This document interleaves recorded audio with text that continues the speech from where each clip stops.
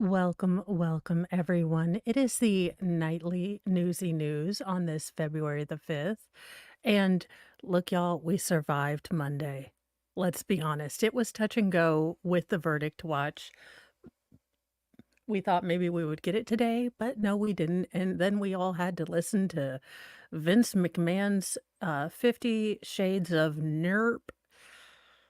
Look, if y'all weirdo celebrities keep trying to write smexy books, you're gonna turn me off my one thing that I still have, so stop it. Uh, welcome, welcome, Giraffe Gal. So our first story today, I'm sure y'all have heard from the interwebs and such, but let's see here. King Charles has been diagnosed with cancer less than 15 months after taking the throne, Buckingham Palace reveals. You know, it has got to suck to be him. No offense, dude, but you waited what, like 975,000 years to get a job? And then within 15 months of getting, said job, you kind of have to take some time off to deal with your personal health problems. Hello, MLS. I'm surprised you're still awake. I would have been bleaching my brainy bits after Vince McMahon. Ew. Although that looks like a stream I will have to cover because, oh my gosh, Tipsy Mo trying to figure out how to say words without saying words. Ugh. Oh, Lord. Have I heard about the chess player accused of using pleasure devices to cheat during chess? I mean, unless she was using them on other people to look, I guess it would make chess fun for the rest of us, but I don't understand how it would help them or other people cheat, but okay. You know, there are a lot of MLS, I'm sorry. I don't mean to trigger your recent trauma of Vince McMahon and 50 Shades of Nerp. Although when they make it into a Hallmark movie, there's gonna be a lot of deep, heavy breathing with women with cat sweaters on. I would I would profile every single person that goes to see that movie. Hello, DK Cripple. I hope you are all doing well. So let's see if King Charles can be helped or we finally get, you know, Prince William like we all really want. No offense to you, Prince or King Charles, but we all knew you were just a placeholder until brilliantly bald Prince William stood up. Oh, I oh, Lord, it was a hymn, and it's via oh, for the love of all that is holy, Morse code via behind plug. You know what? There is no need to win that hard. Good Lord. King Charles III has been diagnosed with cancer less than 15 months after ascending to the throne, Buckingham Palace announced Monday. And he also sleeps with, Camilla Parker Bowles, so during the king's most recent hospital procedure for benign prostate enlargement, a separate issue of concern was noted, the palace said in a statement. Subsequent diagnostic tests have identified a form of cancer. Well, what kind of form? I mean, it seems like if you're going to be transparent that one has, the C word, you would come out with what kind. Quote, His Majesty today has commenced a schedule of regular treatments, during which time he has been advised by doctors to postpone public-facing duties. Throughout this period, His Majesty will continue to undertake state business and official paperwork as usual, the palace added.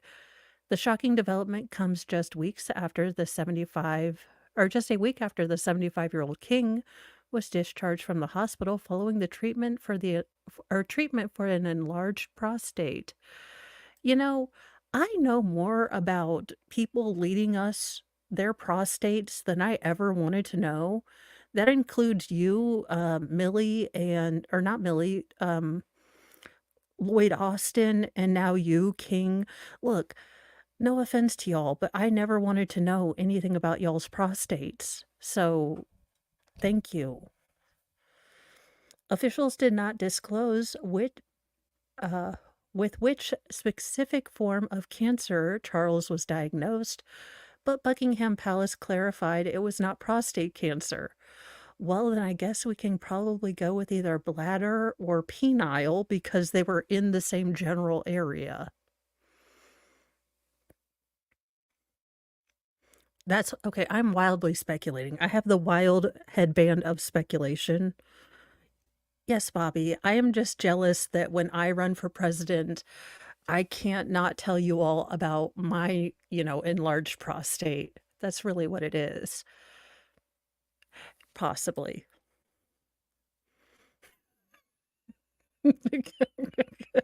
Good evening, Slinky. And as per usual, Fry's being a butt, he just decided to come over here and lay down on my left side, completely bypassing all cameras because he's just being a ding dong. Hello, JKD Buck. Uh, the king is grateful to his medical team for their swift intervention, which was made possible thanks to his recent hospital procedure. The statement from the palace continued. He remains wholly positive about his treatment and looks forward to returning to full public duty as soon as possible.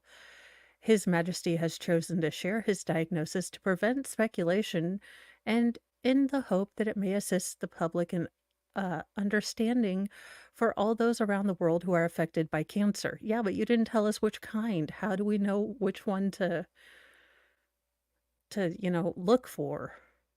Kensington Kensington Palace did not specify when the king would be expected to return to his royal duty, as of as all of his public engagements have been put on pause. President Joe Biden reacted to news about King Charles' ailing health during a meeting with culinary union workers in Las Vegas. King Charles? Didn't you guys have a queen? I knew this guy named Corn Pop once. He was a bad dude.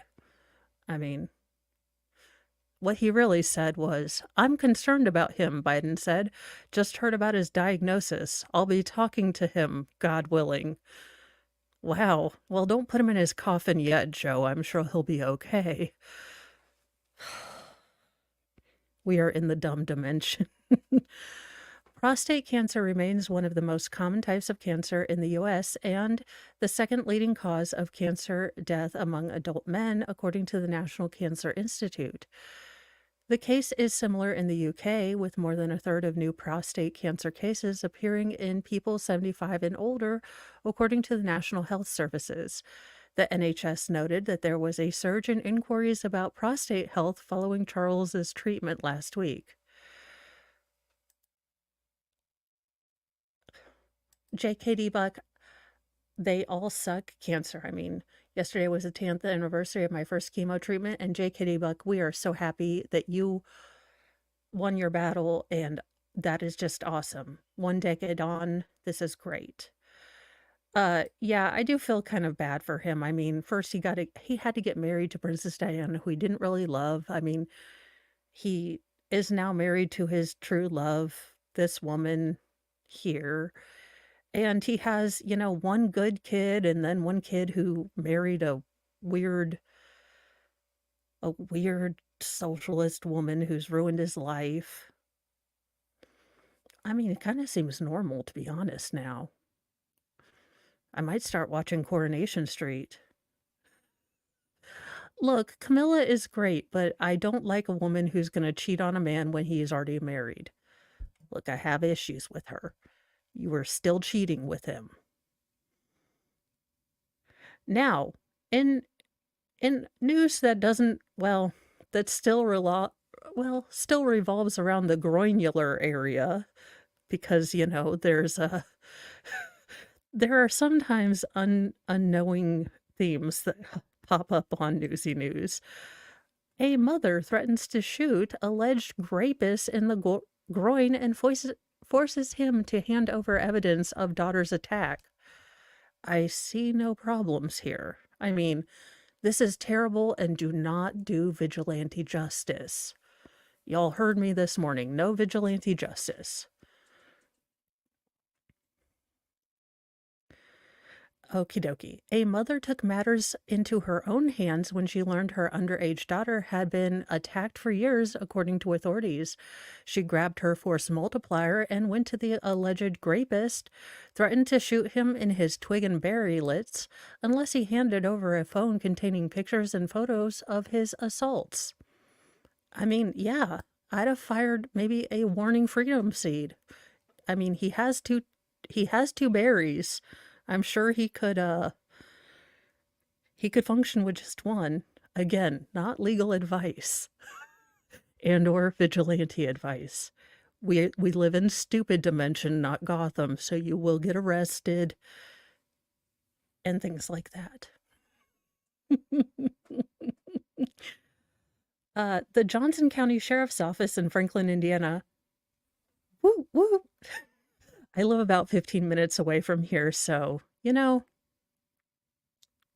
she might be my spirit animal. Good morning, spirit matter. Outside Indianapolis, arrested 45-year-old Jeremy Dwayne Blaker on several charges, including rape and grossness with children. Detectives began investigating in April 2023 when the girl's mother came to Johnson County Sheriff's Office with several electronic devices, including cell phones, according to a probable cause arrest affidavit reviewed by Law and Crime. She told detectives she was shopping at a grocery store a few days prior when she received a call from her daughter. The daughter sounded hysterical and she said she had to tell her mother something, but couldn't do it over the phone.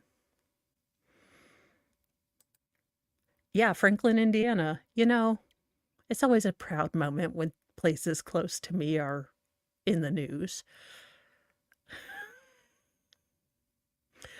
Oh, wonderful. Well, then we'll have a giant storage facility close to home. I cannot get the lighting with this. I will figure out all my new toys. It'll be awesome. One day I'll be great. Let's see. The mother went home and her daughter told her she had been having abusiveness with Blaker for several years, and the abuse started when she was around 8 years old, the affidavit said. Blaker had recorded several of the assaults on the phone. The mother asked the daughter where the phone was, but she couldn't find it. That's when the mother grabbed a force multiplier to confront Blaker. Stay strapped, y'all. She pointed said force multiplier at Blaker and asked him about the abuse. Blaker first allegedly denied the allegations. See, now that's where I would have maybe... It slipped, Your Honor. I have no idea how it happened. It was the coof. Long-term coof. It just happens. It's a joke that Mr. Moe and I have where he'll be annoying me and I'll say, Your Honor, I have no idea how he fell down the stairs 5 times. I think he had the long-term coof.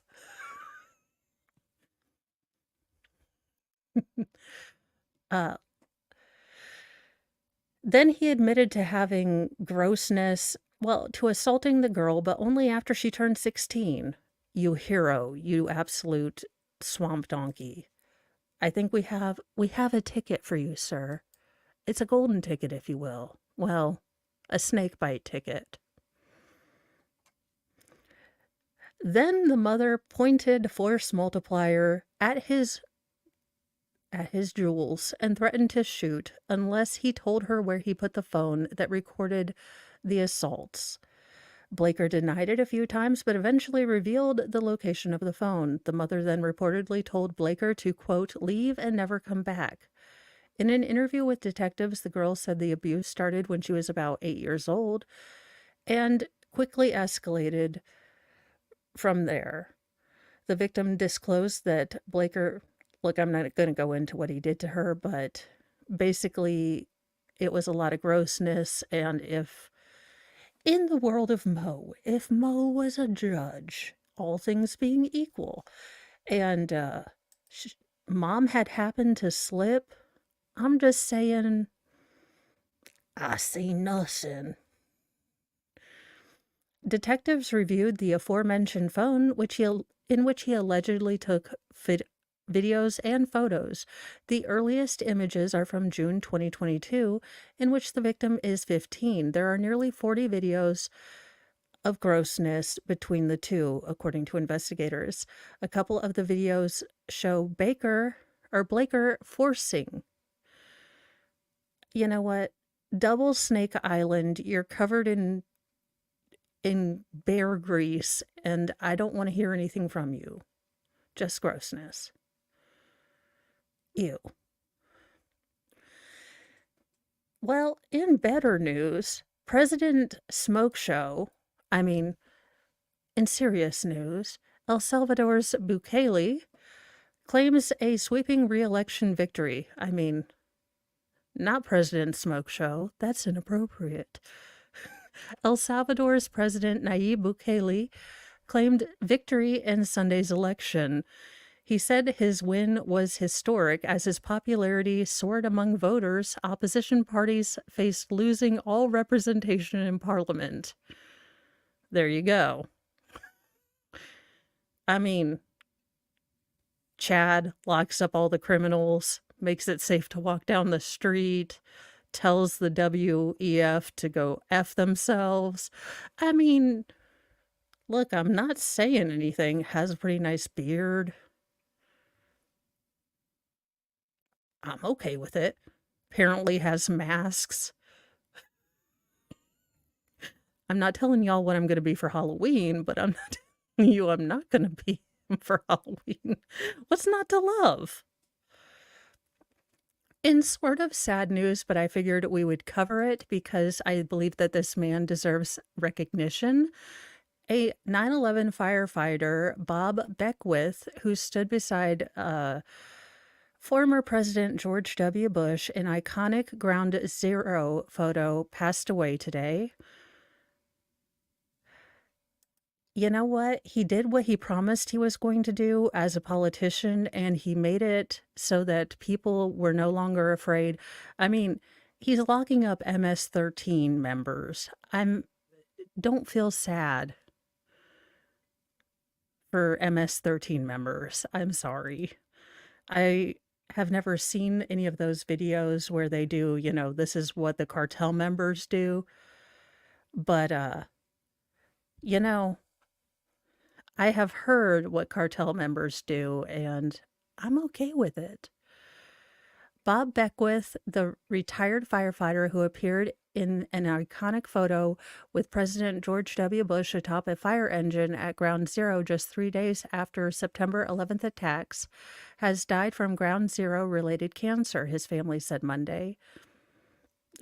Beckwith, 91, a married father of 6, succumbed to Ground Zero-related melanoma that had spread to his lungs and brain after a years-long battle. Grandson Matthew Beckwith said, acting as family spokesperson. He passed away peacefully, surrounded by his loved ones, according to a statement from the family. Bob lived a life of service to others, whether heeding the call to serve in the Navy during the Korean War or as a fire department for an FDNY firefighter for more than 30 years, it stated. His iconic moment with President Bush at Ground Zero on 9/11 helped rally a nation in its darkest time and served as a symbol for first responders everywhere, the family said. Above all, Bob was a quintessential husband, father, brother, grandfather, and great-grandfather. He will be greatly missed. Former President Bush, 77, who kept in touch with Beckwith over the years, called his widow this morning to express his condolences, his grandson revealed. The heroic firefighter leaves behind his wife, their 4 surviving children, 10 grandchildren, and 2 great-grandchildren. Beckwith from Baldwin, New York, was 69 years old and retired for 7 years after serving with the FDNY for 3 decades, when on September 14, 2001, he raced to Ground Zero to help with the search and rescue efforts. He then inadvertently became part of history with his photo splashed across newspapers and television screens all over the world, even making it onto the cover of Time magazine. Beckwith, wearing a fire helmet and respirator around his neck, was standing on top of Engine Co. '76's mangled fire engine in the middle of rubble when he was approached by senior presidential aide Karl Rove. Did he look like Emperor Palpatine? I've never seen Karl Rove in person, but I have heard he does look somewhat like Sheev Palpatine, so asking for a friend. With an unusual request. Quote, someone is coming here. What do you help them up? Or what do you help them up and then you get down, Rove instructed Beckwith. A few minutes later, the firefighter saw Bush sporting a gray jacket and slacks, walking toward him and raising his arm. I said, oh my God. I pulled him on the rig, turned him around and said, are you okay, Mr. President? He said, yeah, Beckwith recounted to NBC New York in 2023. So I started to get down and he said, where are you going? I said, I was told to get down. Yeah, Karl Rove, not a people person. He said, oh no, you stay right here, and he put his arm around me. Someone handed Bush a bullhorn to address the first responders and iron workers laboring at the site, and he began talking with his arm draped around Beckwith's shoulder.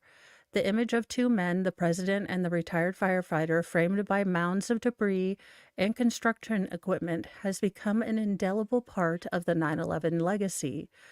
We can't hear you, a person in the crowd shouted. That's when Beckwith said the president changed his speech on the fly, delivering an impassioned rallying cry that electrified his audience and the nation. I can hear you, Bush said through a bullhorn, and the rest of the world hears you. And the people who knocked down these buildings will hear all of us soon.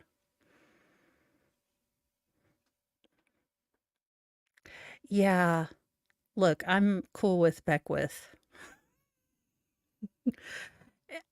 You know, I will say, so when this Time magazine cover came out, I was in high school and I got it. And, you know, it felt like we had someone who was in the White House who cared about us. I mean, it was a lie. I was dumb and 18. Well, I was 17 and I thought it meant something, but you know, that was before I knew things. I was young and dumb.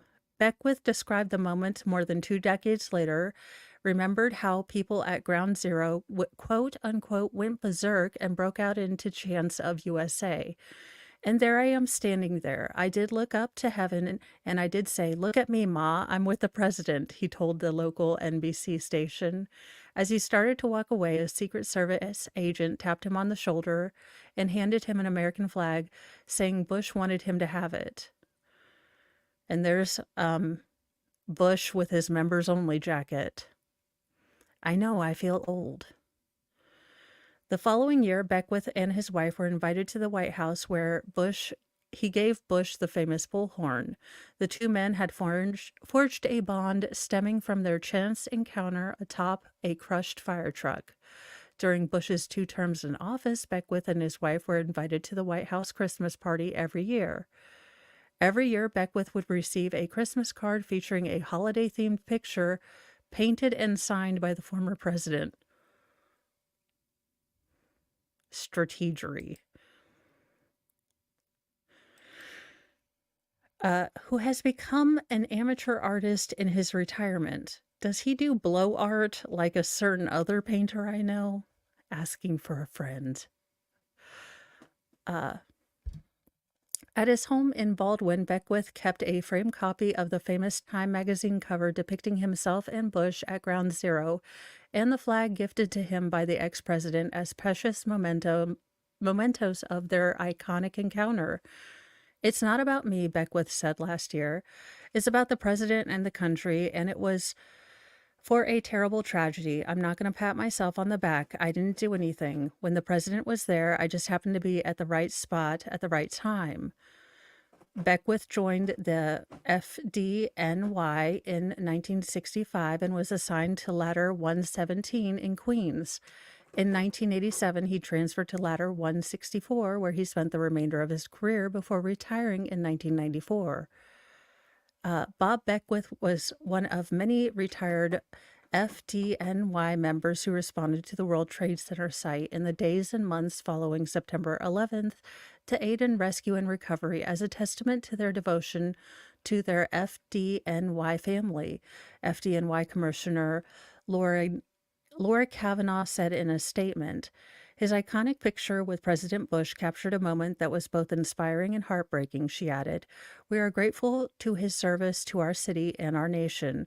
We join his family and friends mourning his loss. Former Long Island Representative Peter King paid tribute to Beckworth on Facebook Monday, hailing the veteran first responder as, quote, an American icon who personifies the best of FDNY, New York, and America at our most perilous moment.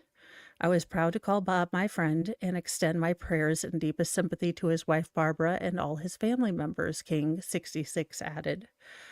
Now, what I want to say is that, look, as sad as this time was and as terrible as it all was, there was a month there. It seems so silly how short it was. But there was a month there where it felt like all of this petty little BS stuff that we had going on in the country, the little like ticky-tacky stuff that, kind of tried to divide us. We all pulled together and, we weren't anything but Americans.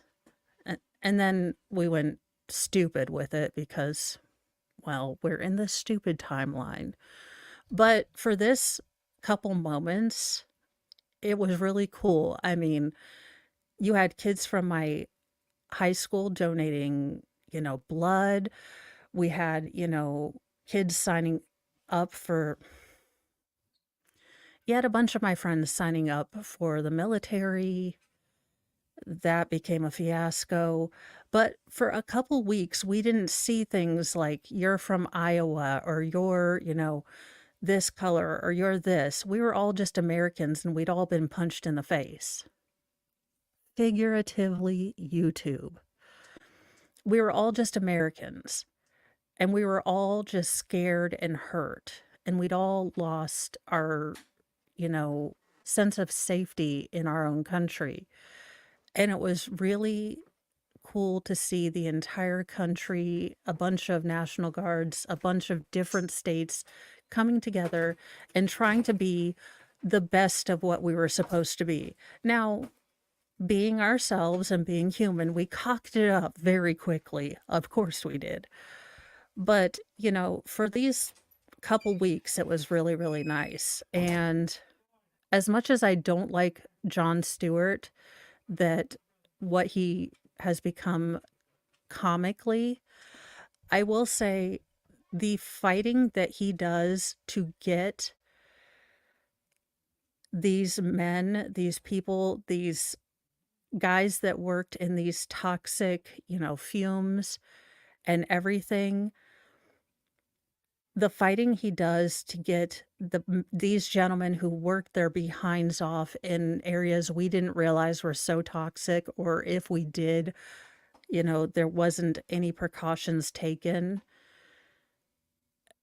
Jon Stewart has my respect for that. Now, his comedy is a whole other stratosphere of stupid right now, but welcome before I go. But I wish we could go back to that America. I understand it no longer exists. But Godspeed, Bob.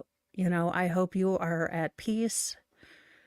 And I hope you are in a much better place. And what better way to go than surrounded by your family and friends and at peace?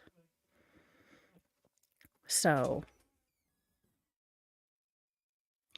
in other military news, apparently a military vet named Crazy Ed takes down a would-be thief on video days after saving a man's life. A would-be thief lurking around a California Walmart did not stand a chance when he ran into HEDPE tour bus when he met Josh Crazy Ed Edwards. I don't know who these people are. Uh, Welcome, Aaron Olivia, and welcome, Jude. And John, you're making me feel much older. I was in high school, but there you go. I have no idea who these people are. I'm guessing, oh, they're band members. All right. I was like, when you listen to old 90s music, you're a little confused about other people. John was like, "Effing swing on me, I dare you," one of the band's members said in an Instagram video on January 23rd that they shared with Fox News Digital at the show Edward's Takedown and Aftermath.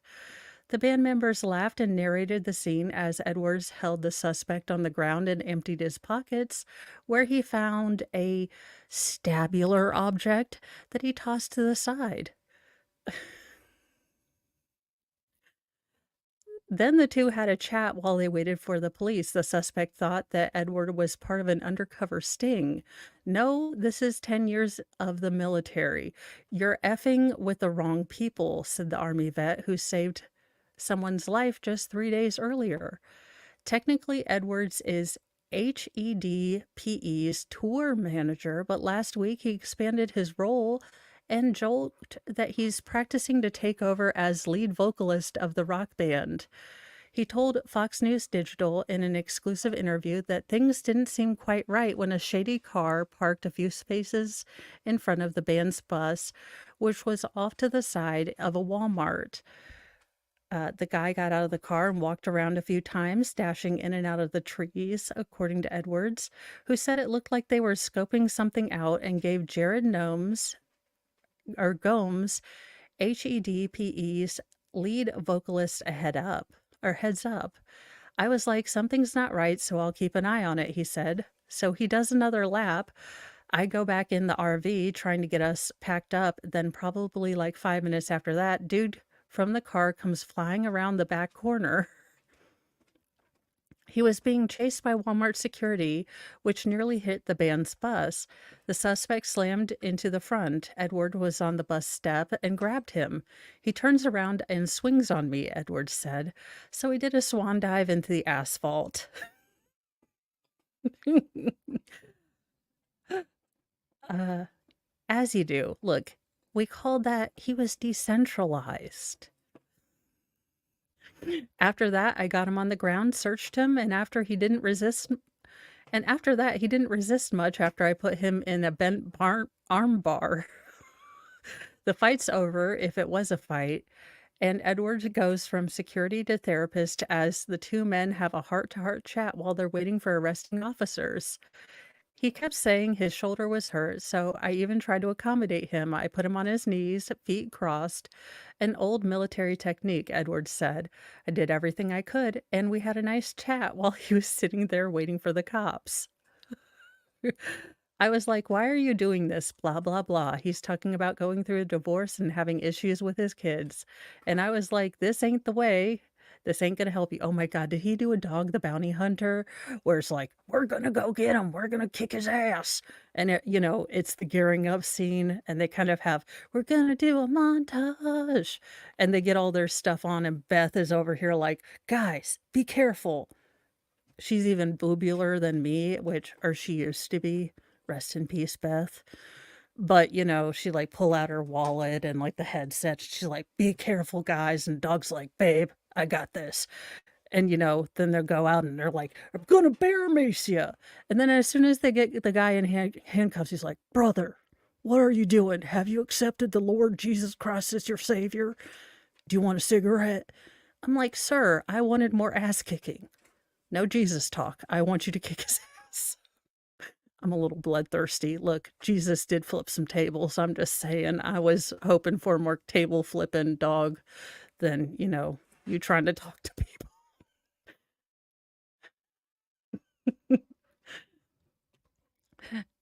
And we actually both thanked each other because I needed the adrenaline rush, I might have helped him get his life back. That was on January 31st. 3 days earlier in Butte, Montana, security guard, therapist, tour manager Edwards played the role of Captain America. It was about 3:30 a.m., and the band was on the way from Great Falls to Boise, and there were 6+ inches of snow on the ground. Some of the band members saw a sprawling carnage of debris on the road.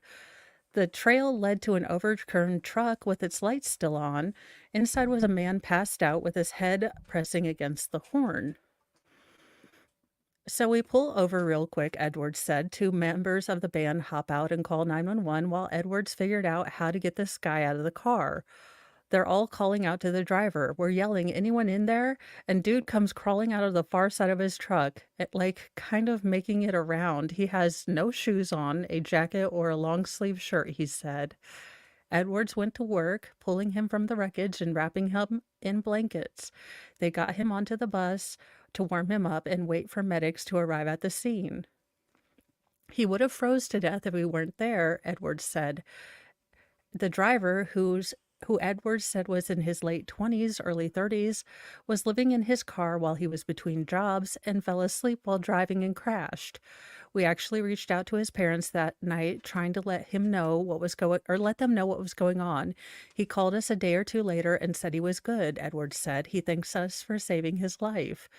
Edwards' chaotic week was emblematic of his life. He was awarded a combat action badge in 2015 when he and his team took on sniper fire in Afghanistan. There were mortars getting walked on by us. We had Special Forces team in a village running a mission, Edwards said. Just a little bit of everything was going on during that trip. Okay, this man is in the ADHD timeline. Rounds were pinging off our armor on our truck. The truck behind me was blown up. Thankfully, they all survived. But active combat took its toll. One of his closest friends, Sergeant Joshua Strickland, was killed in action. Among many other friends, Sergeant Strickland had a wife and 3 children waiting for him to come home. Joss's death hit the hardest, and I mean, you almost go numb to it after that, Edwards said. We were losing someone here and there for a time. Transitioning from the army back to civilian life was a challenge for him, and he spiraled into a dark abyss that bottomed into attempted self-deletion, Edwards said. His wife left him during a deployment, and he lost touch with his kids for years, he said. I was just stuck with the fighting because it was easier to numb the pain, and then with the fighting comes loss. I've lost quite a few friends, and it just made me more and more numb and put me into a darker hole and getting out of hurt. It felt like I didn't have a purpose. It took a while to find it. He survived his attempt and credited 22 Until None, a nonprofit group that with volunteers who dedicate full-time hours to helping veterans and their families. They gave me purpose for a little bit, but then I kind of lost my way again and worked with another organization that walks across the country for self-deletion awareness walks. So I got like 1,000 miles walking in flip-flops with another buddy, said Edward, who jokes that he hates shoes. But right now I can definitely see the light all day, so that's cool, Edward says. A big part of that he attributes to his life with the band. HEDPE, which has been cranking out hits since the mid-90s by fusing rap and punk. Gomes said he remembers meeting Edwards a few years before he ultimately hired him. I remember enjoying his company and being around him, but he didn't have experience, so he didn't work on that tour, Gomes said to Fox News Digital. That was a few years ago. In Austin, HEDPE posted a job looking for a merch guy in Texas, and Edwards happened to be there at the time, so he applied. Gomes said they tried 1 or 2 other guys who didn't pan out, so they called Edwards, and he fit right in there. He's been touring with the band since August. His responsibilities grew to include drum tech, mechanic when their RV broke down in Canada, and tour management. Last week, he added security and superhero. Next, he's going to backup vocalist for Gomes, but he hasn't signed off on that yet. Interesting.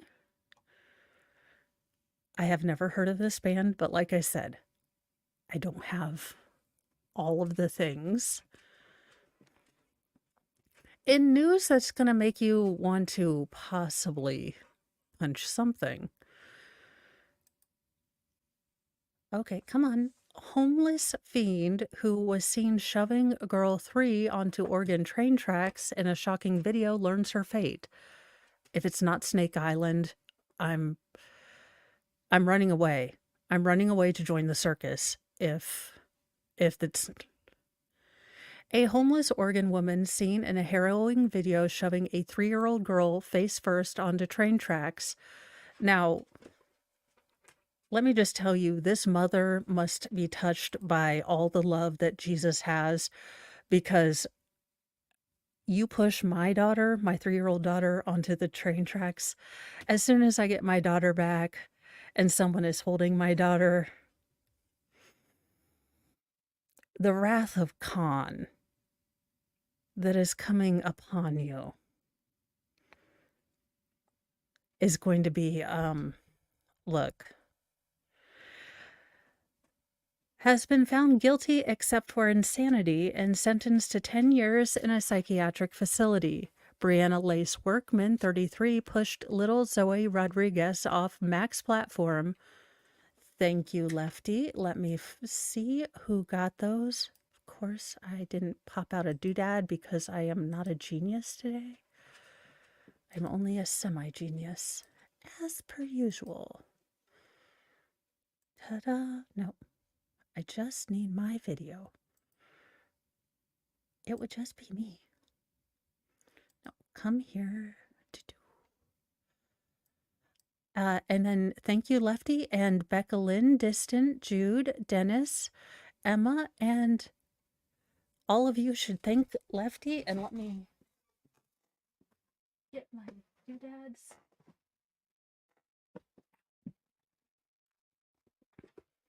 Have to write these out here. Ah, I have my pens. I knew I did.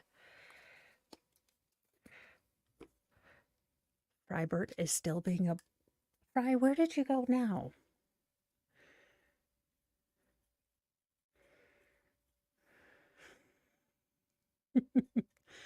Thank you, Lefty.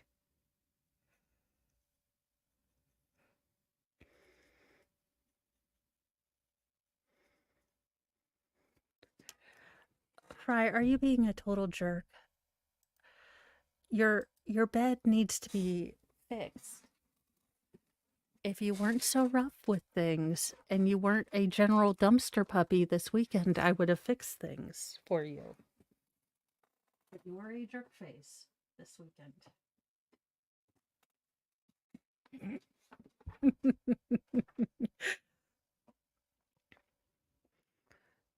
Yeah, no, this would never ever happen. And no, I would... Look, do not push my 3-year-old on the train tracks. Mo does not look good in orange, but Mo would lose her ever-loving mind. I'm not generally a violent person, but you don't come after people's children and not expect things to happen.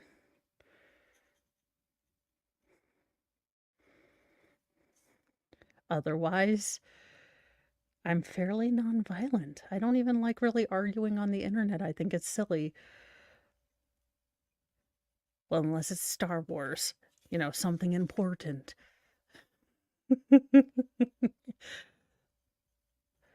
But yeah, push my kid. I'd have to come home. Mr. Mo, what did you do? I didn't do any... Heck, even Mr. Mo, who is so nice he is nearly Canadian, would possibly throw hands. Allegedly.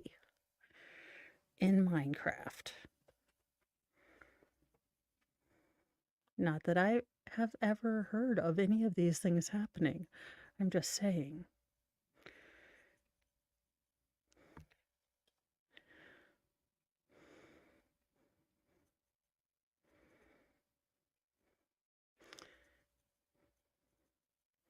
Because that would have been no way. But so now I will say, and I'll have to look this up because I am not sure about Oregon or Oregon, depending on Look, I never made it to the end of Oregon Trail, so I always died of dysentery or, you know, well, I never managed to get my oxen to float across the river. So, uh, but I do know that when you go into the care of a psychiatric facility, you are generally not let out until you can demonstrate sanity to a level that they are okay with you being possibly okay with. Uh, so Brianna Lace Workman, 33, pushed little Zoe Rodriguez off of a Max platform onto the tracks at Portland's Gateway Transit Center on December 28th, 2022. Quote, the child landed face first onto the metal rails and rocks before quickly being rescued, Monmouth County District Attorney Mike Schmidt said at the time. The girl who was standing next to her mom, Catalina, when she was pushed, quickly sat up and reached for a Good Samaritans who jumped to her rescue, the video of the terrifying drama showed. Amazingly, she survived the ordeal with a small red mark on her face and a severe headache. No, no, no. I mean, and this woman does look like she's had several years long of substance abuse and probably mental issues. Workman had been homeless and living on the city streets intermittently since 2011, according to records cited by Oregon Live. In November, Circuit Judge Nan Waller found Workman mentally fit to stand trial. The judge later determined that her schizoaffective disorder left her unable to understand the crime. Workman was convicted Wednesday of assault, attempted assault, recklessly endangering another person, disorderly conduct, and interfering with public transportation, the Monmouth County District Attorney's Office said. She will be committed to the state's psychiatric hospital for a maximum of 10 years, but is eligible for conditional release or discharge during that time if found to no longer be a present danger to others. Quote, this is a case that's really frightening, I think, for the community, prosecutor Julian Samuel said after the short trial. The resolution shows that people are being held accountable for their actions, but also getting the care they need. Well, I'm surprised. I hope they checked the child out and gave her scans and made sure she didn't have any brain injury with how hard it looks like she hit her head. And on our last story, we all knew, well, our last couple stories, we all knew that the deer were plotting. And I have evidence now. I have evidence that they've been plotting. Sir? What now, sir? Dear Kool-Aid manned into Texas home and spent the night. I'm telling you, they're trying to befriend us. They're trying to get into our appliances. They want cable. Frybert, did you just touch the keyboard? Dumpster puppy. We have talked about this, you ding dong. Authorities in Texas responded to a home where a deer crashed through a window and spent the night inside. Fry's like, is the deer a dumpster puppy too? I love you too, but you like to scavenge in the cat litter boxes for treasures, and I don't want you near my face right now.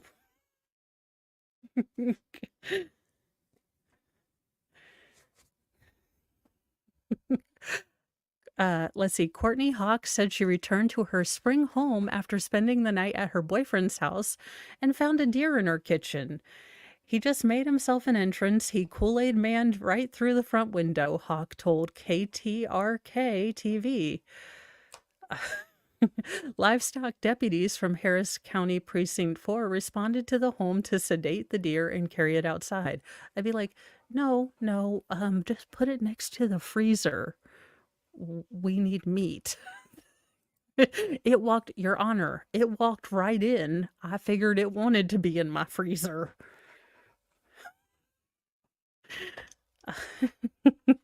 The deer was given an antidote to the tranquilizer and released back into the wild. All things considered, I think the damage could have been worse, Hawk said.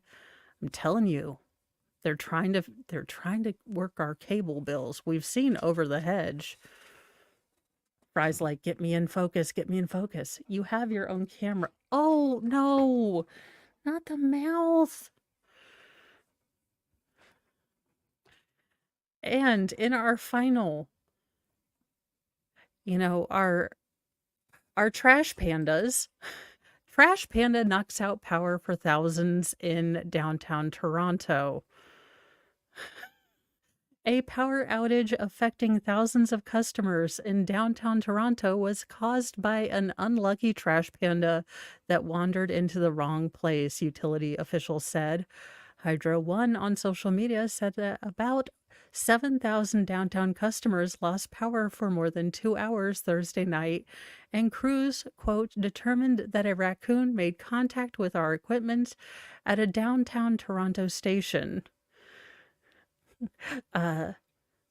Tizania Bakea Rosa, a spokesperson for Hydro One, told Global News that crews were able to confirm that a trash panda was behind the issue at Church Wesley area transmission station because, oh, okay, well the trash panda was electrocuted. Look, he wanted Toronto to be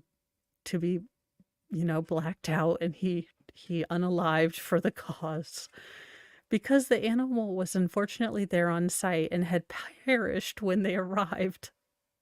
Smells like groundhog in here. Did you guys celebrate late?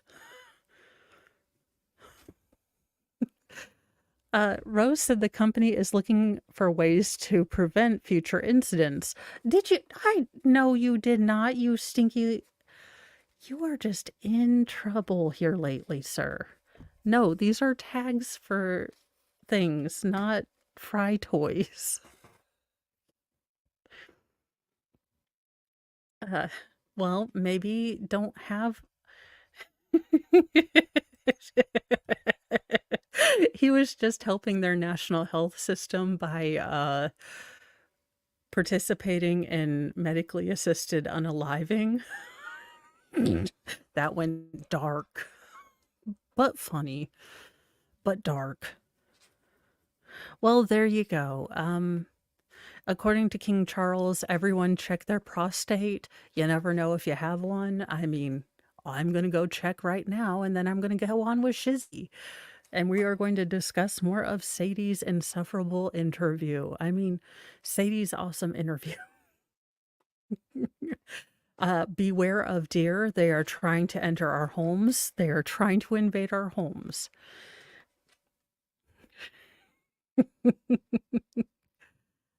And, let's hope that we can all just find a little humor in, this weird timeline that.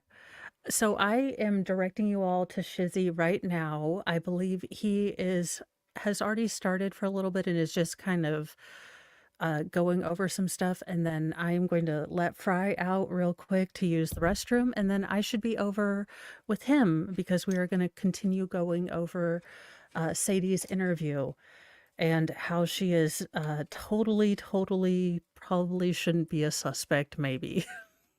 Possibly. Anywho, so I will see you. I have got a puppy who thinks he definitely needs to go outside. All right, say bye, Fry. Fry. He's like, I is out of camera. Do not eat. Those tags go on. What is dumpster puppy? No, these are tags. These are not for you. He says, put them in my mouth. I will see you guys in just a couple minutes. I'm going to go take this wild puppy outside. He's like, we go outside? Outside. Go outside. I'll see you guys in a couple minutes. Bye, guys.